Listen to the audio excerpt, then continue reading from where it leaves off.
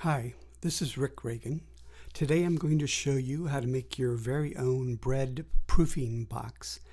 It's important to have a controlled temperature when you're letting your bread rise or doing more difficult tasks like creating starter and leaven for sourdough. Now don't get me wrong, there are other solutions out there. There's a very good bread proofing box at Amazon for about $170. But this video will show you how to create one for $50. Many bread recipes suggest placing the dough, the starter, or the leaven in a warm spot.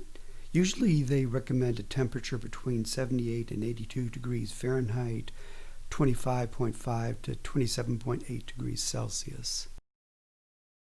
So this picture shows our optimal results. This is starter for sourdough. It was kept at exactly 80 degrees and the starter bubbled up so that you can see the red arrows pointing to dried bubbles underneath the gray lid, and the blue arrows show how the starter climbed all the way up to the top. This is happy starter because it was raised in 80-degree temperatures and it's ready for baking. Okay, so let's get started. The box I chose was a $15 Styrofoam cooler from my local grocery store. If you're interested in this exact one, it's located at this website. It's called the 48 Can Husky Premium Cooler. This one has 1.5-inch thick walls for a lot of insulation, and the inside dimensions allow up to 4 pans full of dough. But please remember, you can use any box that you have on hand, including the oven. At the heart of the system is the thermostat. This one is $19 at Amazon, and it does very well. It covers a range from 40 degrees up to 108 degrees. The heating source is simply a 40-watt light bulb. This warms the bread when the thermostat turns the light on. If you use LED lights or a fluorescent light, it simply will not produce heat necessary to reach the desired temperature. I bought this lamp base for $2 at the hardware store. I cut off the female end of an extension cord and wired it into the lamp base. But please don't do this if you're not skilled at wiring alternating current. You could start a fire. Instead, buy something like this portable lamp and put it into the box. It works just as well. So to summarize, these are the three components: a container, a thermostat, and a heating source. The rest is decoration. Also, any reptile or bird heating device like heat lamps works fine. Just put a 40-watt light bulb instead, because you won't need the high temperatures for heating up a lizard. Okay, so this is how I set up things around the proofing box. I drilled a small hole in the bottom left of the back of the box and inserted the thermostat's sensor. It's important to do this because you have to have a sensor inside the box for the thermostat to know when to turn on and off the light. I mounted the thermostat on the back left side of the box with a screw. I'm using these 3-inch long screws to go all the way through the 1.5-inch thick styrofoam. On the outside of the box, I put a nut and then a big washer,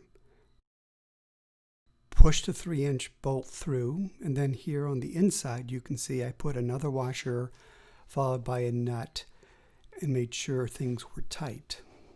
Here you can see the outside with the thermostat hanging on the bolt. On the other side of the box, I used the lamp base as a guide to drill 2 holes, and I pushed the 3-inch long bolts through those holes.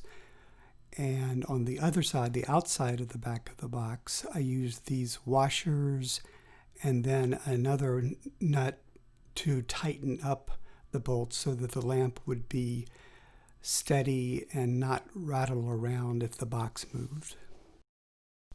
So let's make everything operational. We'll plug the lamp cord that was the extension cord into the thermostat. We'll plug the thermostat into the wall, and we'll use the thermostat's buttons to set the temperature we desire. So really what we're doing here is making an easy bake oven from the 1960s. I have some tips for you.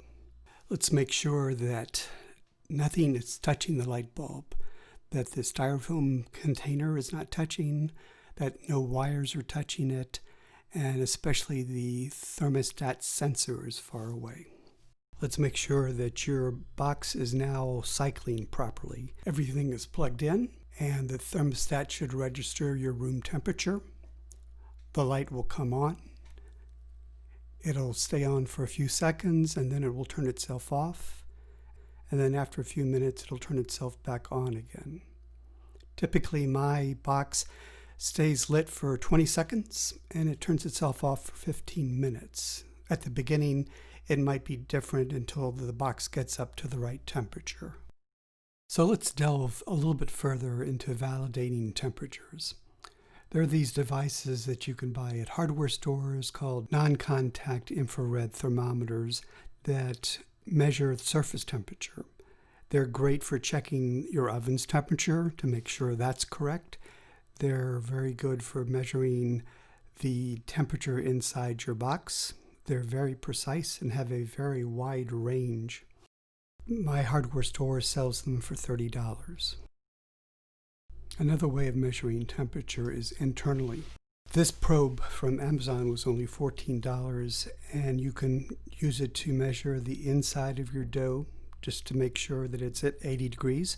You can also measure water that you're going to be pouring into either yeast or flour to make sure it is at a proper temperature so that the proofing box doesn't have to work overtime to bring a large mass of dough up to 80 degrees. If you follow any of these instructions, they will help you master temperature, which will simplify at least one of the many variables in cooking bread. Well, that's it. I hope you found this video useful.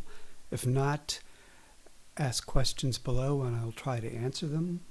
The links to many of the products mentioned in this video are contained in the description below. May all of your loaves be perfect.